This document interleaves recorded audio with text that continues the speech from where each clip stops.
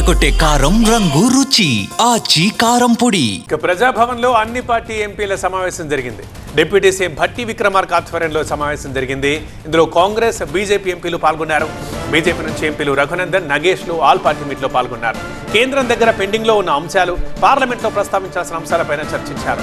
12 శాఖలకు సంబంధించిన 47 అంశాలపై ఎంపీలకు ప్రజెంటేషన్ ఇచ్చారు డిప్యూటీ సీఎం. రాజకీయాలకు అతీతంగా ఎంపీల సమావేశం నిర్వహించామన్నారు భట్టి విక్రమార్క. 42% రిజర్వేషన్ బిల్లుకి 9వ షెడ్యూల్ సవరణ అవసరమన్నారు. ఇదే విషయాన్ని పార్లమెంట్లో ప్రత్యేక చర్చకు తీసుకురావాలని సూచించారు. అడ్జర్న్మెంట్ మోషన్ లేదా క్వశ్చన్ అవర్లో ఈ విషయం మాట్లాడాలని చెప్పారు. ప్రధాని కలిసి ఎంపీలంతా వినతి పత్రం ఇవ్వాలన్నారు భట్టి. గవర్నర్ నుంచి కేంద్రానికి వెళ్లిన బిల్లు పెండింగ్లో ఉందని, పార్టీలకు అతీతంగా ఎంపీలంతా పనిచేయాలని కోరారు భట్టి.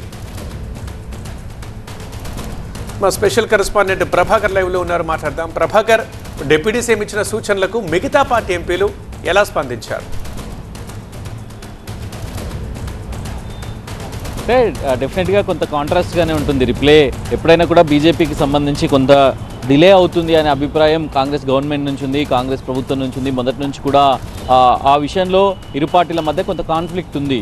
సో దానిలో భాగంగానే కొన్ని అంశాలను లేవనెత్తినప్పుడు రఘునందన్ రావుని కూడా స్పెసిఫై చేస్తూ డిప్యూటీ సీఎం చెప్పారు, మీరు బీజేపీ ఎంపీలు, తెలంగాణ రాష్ట్ర ఎంపీలుగా మీరు అందరూ కలిసి వెళ్ళి రిప్రజెంట్ చేయాల్సిన అవసరాలు కొన్ని ఉంటాయి. సో అందరూ అన్ని పార్టీల ఎంపీలు కూడా వెళ్ళి కేంద్ర మంత్రులను కలవండి, అధికారులను కలవండి అని కూడా డిప్యూటీ సీఎం సజెస్ట్ చేశారు.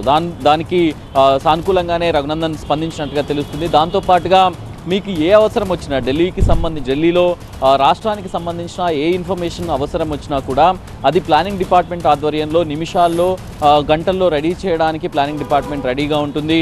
మీకు వెంబటే ఆ ఇన్ఫర్మేషన్ అంతా కూడా వస్తుంది. ఇఫ్ ఒకవేళ ఢిల్లీలో మీరు ఏ కేంద్ర మంత్రికైనా కూడా లేకపోతే ఆఫీసర్స్కైనా మీరు రిప్రజెంట్ చేయదలుచుకుంటే ఆ ఫార్మాట్కి సంబంధించిన పూర్తి స్థాయి ఇన్ఫర్మేషన్తో పాటుగా ఆ ఫార్మాట్స్ని కూడా రాష్ట్ర ప్రభుత్వం మీకు వెంబటే అందజేస్తుంది అనేది కూడా డిప్యూటీ సీఎం చెప్పారు. ఈ పార్లమెంట్ సమావేశాలను సద్వినియోగం చేసుకోవాలి. అటు బీసీ బిల్లుతో పాటుగా 9th షెడ్యూల్లో ఇంక్లూడ్ చేయడంతో పాటుగా మిగతా అంశాలను క్వశ్చన్ అవర్లో కానీ అడ్జర్న్మెంట్ మోషన్ ద్వారా కానీ ఈ అంశాలను ఇంక్లూడ్ చేయాలి దీంట్లో అనేది అయితే డిప్యూటీ సీఎం చాలా స్పష్టంగా చెప్పారు. దాంతోపాటుగా గ్లోబల్ సమ్మిట్కి సంబంధించి రాష్ట్ర ప్రభుత్వం చాలా ప్రెస్టీజియస్గా తీసుకుంది.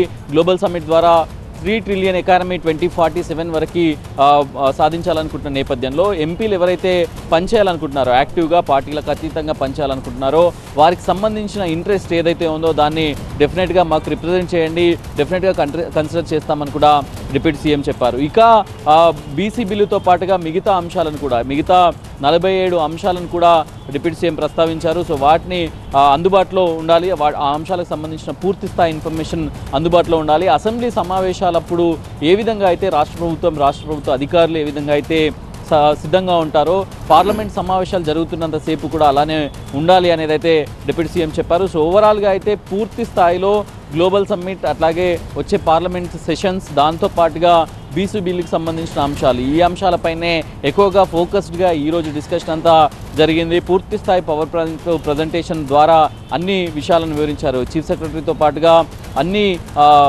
అన్ని శాఖలకు సంబంధించిన ప్రిన్సిపల్ సెక్రటరీస్, స్పెషల్ సిఎస్లు, అట్లాగే సెక్రటరీస్ వీళ్ళందరూ కూడా పాల్గొనే నేపథ్యంలో చాలా వివరంగా ఈరోజు అన్ని అంశాలను డిస్కస్ చేశారు. బీఆర్ఎస్ మాత్రం ఈ భేటీకి దూరంగా ఉంది.